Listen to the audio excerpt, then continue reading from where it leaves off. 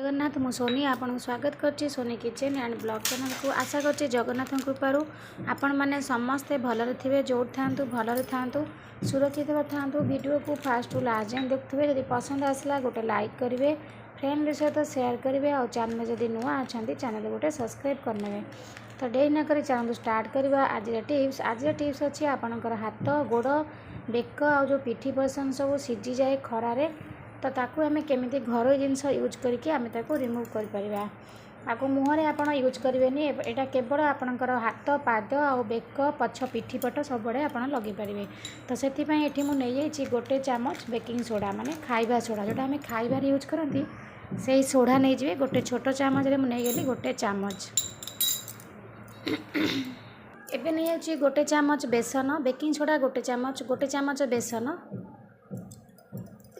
बेसन आमर सब प्रकार माने स्किन समस्या को माने दूर करे, माने सफा कर दिए पूरा बेसनटा। तो बेसन गोटे क्लींजर भली काम करता है। तो बेसन को आम मुहर भी यूज करती। बेसन बहुत सफा करे मुँह को।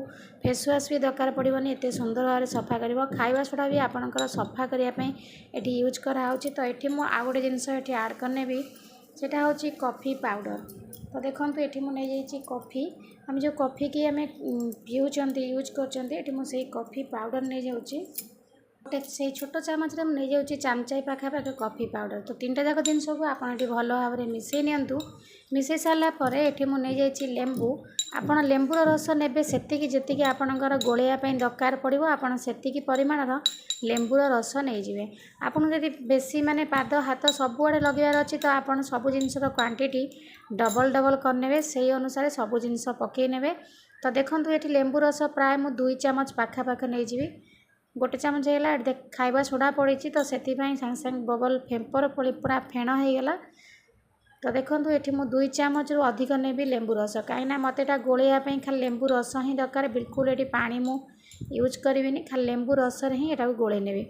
लेंबू आमर सब प्रकार दाग दूर करे आ स्किन को पूरा ग्लोइंग करता है, सफा कर दिए। तो लेंबू ये मुझे नहीं गली लेंबू रस प्राय 3 चामच पाखापाखि नहीं गली। आपन को जी दरकार हम क्वांटिटी सब बढ़ेले लेंबू रस सेमती बेसी बेसी नेबे कहीं आपन को लेंबू रस ही गोलैया पड़ो।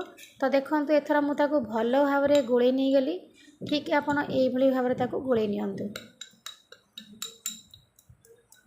गोटे थर ही आपन आपको यूज करंतु देखिए आपन स्किन एते सुंदर भाव में ग्लोइंग करिवो माने आपण विश्वास भी करें। आपन को द्वितीय थर माने सांगे सांगे इच्छा हम आउ थे आपको यूज करने जो द्वारा कि आपण स्किन को आउ टे ग्लोइंग करेंगे। आम यदि कड़े पदा को बाहर था खाली मुँह टी मेकअप करके सुंदर कले हेनी, ता सहित आम टोटाल बॉडी को आम सुंदर करा दरकार। मुँहटा गोरा देखा देखला बेलू आम हाथ पूरा कला पड़ जाइए, पाद कला पड़ पछ पिठी आड़ पूरा फांका देखा जाऊँ कला कला होगी।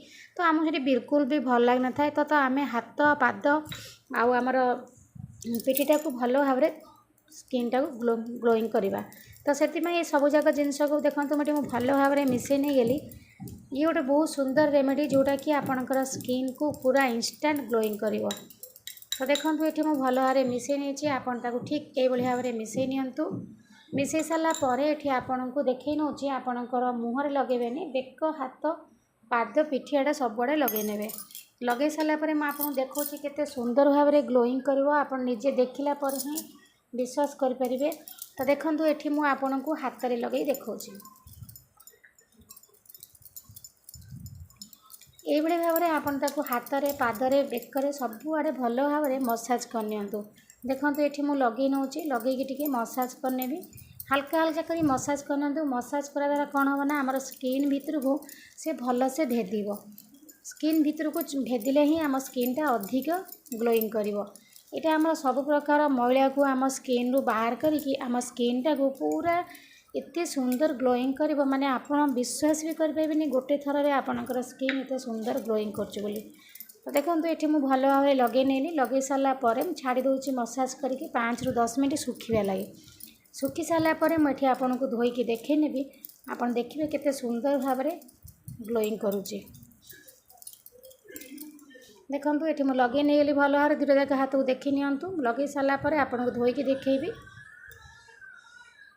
एबे देखंतु 5 ରୁ 10 मिनट रखला परे मो हाथ को धोई नहीं मु लेफ्ट हैंड लगे राइट हैंड दुटा जाक हाथ को देखिए आप फरक निजे ही जापे केते सुंदर भाव में कौ हाथ ग्लोइंग करुच्ची बेसी तो यदि गोटे थर एत सुंदर भाव में ग्लोइंग कर सप्ताह को 2 थर 3 थर यूज करवा आमर हाथ पाद और पिठी केते सुंदर भाव में ग्लोइंग कर आप निजे ही भाभी पारे। तो देखो केते सुंदर भाव में ग्लोइंग कर सहित बहुत सॉफ्ट लगुच तो सब प्रकार मैला आपणकर आराम से ही रिमूव हो बिल्कुल भी आपणकर पाद हाथ और पिठी कला देखा ना। तो निश्चित भाव में टिप्स टी आप ट्राए करूँ देखिए केते सुंदर रिजल्ट बाहर आपन को पार्लर जाकि पेडिक्योर मेनिक्योर किसी भी करिया पड़ोनी आप घरे ही आराम से करें। आउ जो मन दुख करुवे आंकर आकु देखिए एत सुंदर देखा गोड़ हाथ पिठी सब सुंदर गोरा अच्छी तो आपन भी निश्चित भाव आपको यूज करूँ आपणकर भी पूरा सफा हो आउ मुह को खाली मेकअप नेले हेनी आम टोटाल बॉडी को केयर नेवा दरकार। तो आज मुझे विदाय नौ पुणी देखा आप सहित नेक्स्ट वीडियो से पर्यंत रोचे नमस्कार जय जगन्नाथ।